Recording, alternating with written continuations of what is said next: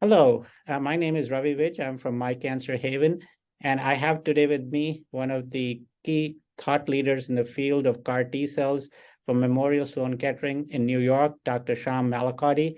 He has been someone who has really been a rising star in the field of CAR T cells, having presented some path-breaking work in CAR T cells. His focus is actually on CAR T cells that are yet to come, which is very exciting. So welcome, Sham.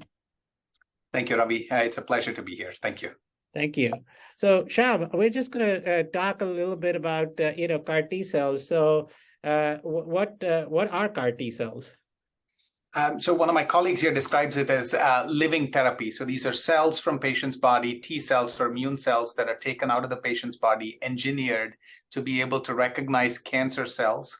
And then once they do that, they go after cancer cells and hopefully get rid of them. It's a relatively new field. The first patients with CAR T cells were treated maybe about 20 years back, not for myeloma, for a different cancer called leukemia.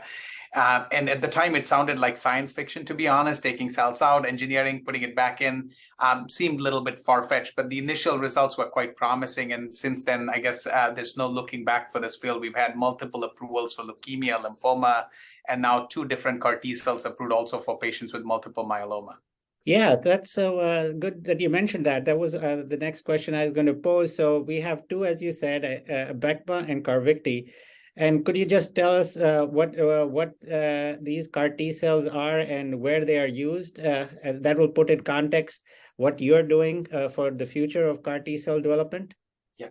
So both Abecma and Carvykti are currently approved by the FDA for treatment of multiple myeloma. It's actually for patients with advanced multiple myeloma, patients who've already had 4 lines of treatment. In other words, these are patients who have received most of the available standard treatments for multiple myeloma.